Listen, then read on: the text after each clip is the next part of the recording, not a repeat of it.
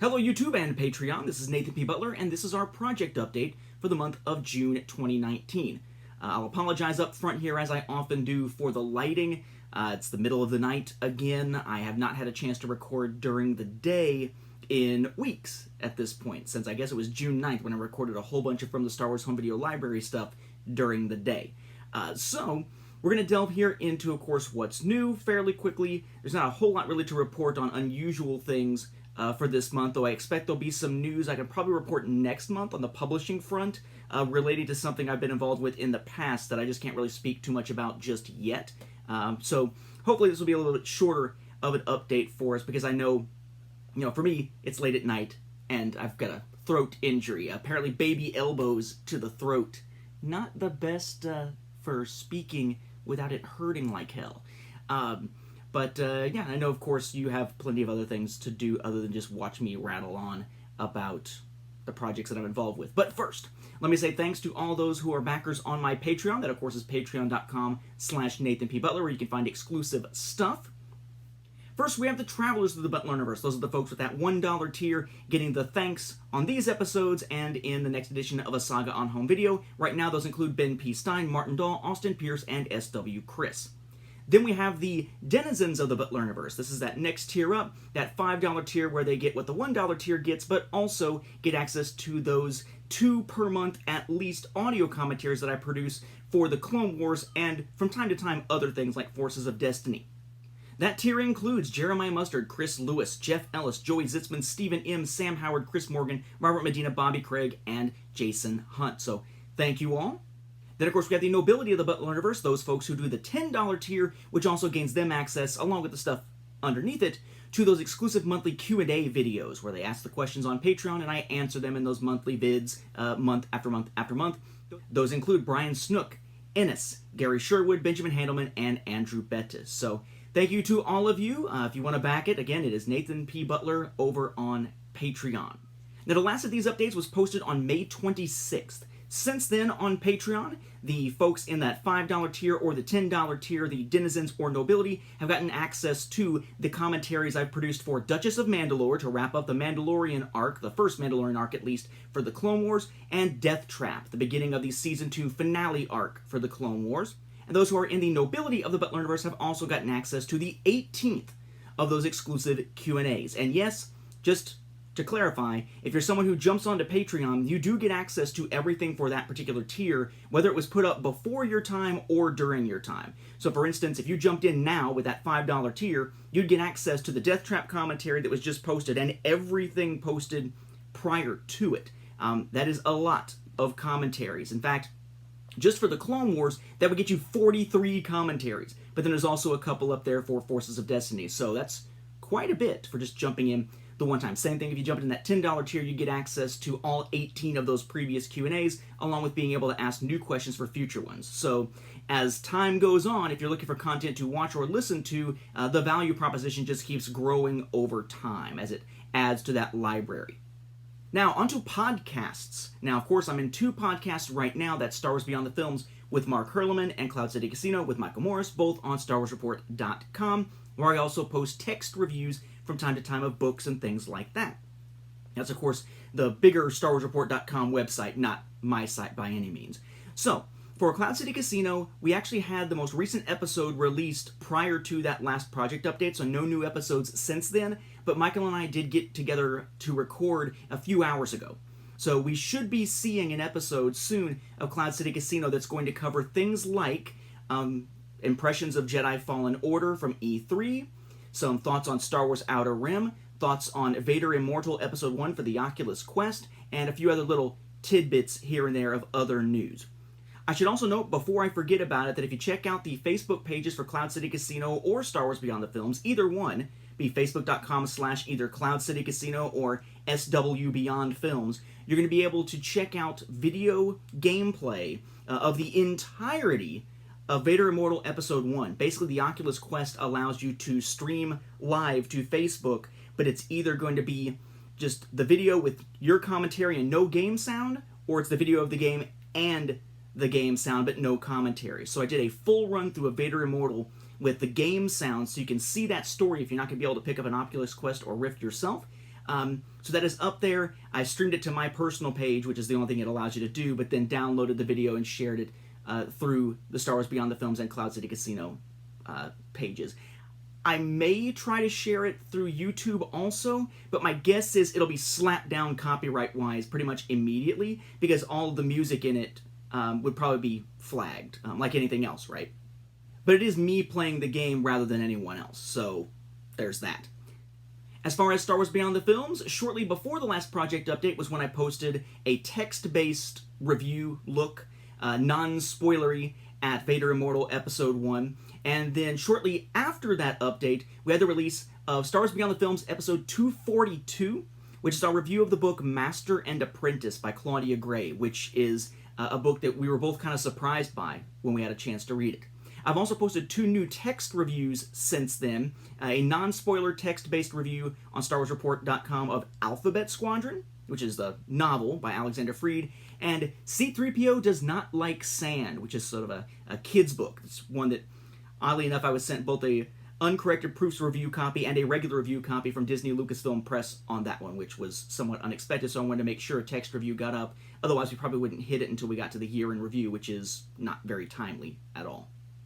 So one new episode of Star Wars Beyond the Films, none released yet of Cloud City Casino, but one recorded. Our next episode for Star Wars Beyond the Films is very likely to be me and Mark discussing Alphabet Squadron in both non-spoiler and then spoiler territory as we go along there. So expect that to be recorded sometime in the near future, but it has not been recorded yet. He's still finishing up the book, which is a bit of a slog.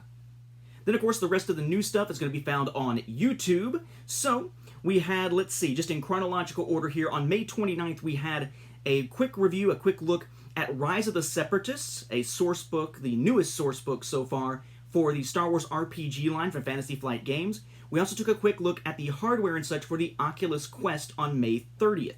Also on May 30th, we had a quick video on a little gift called Adrestia that was with the Lords of Hellas board game from Awakened Realms. It was actually a promo using an adult intruder from the game Nemesis. They're trying to promote Nemesis with that gift. So since I'm a big fan of Nemesis, I picked up one of those and wanted to make sure to show you that as well, alongside all the other Nemesis coverage you'll find on YouTube. On June 9th, I was actually able to sit down and record a bunch of episodes from the Star Wars Home Video Library, 8 of them all at once, and then I finally got a chance to sort of edit them and work my way through them as we went through the month. June 12th saw the release of From the Star Wars Home Video Library number 199, which looked at the Ewok adventure, Caravan of Courage, on Japanese VHD.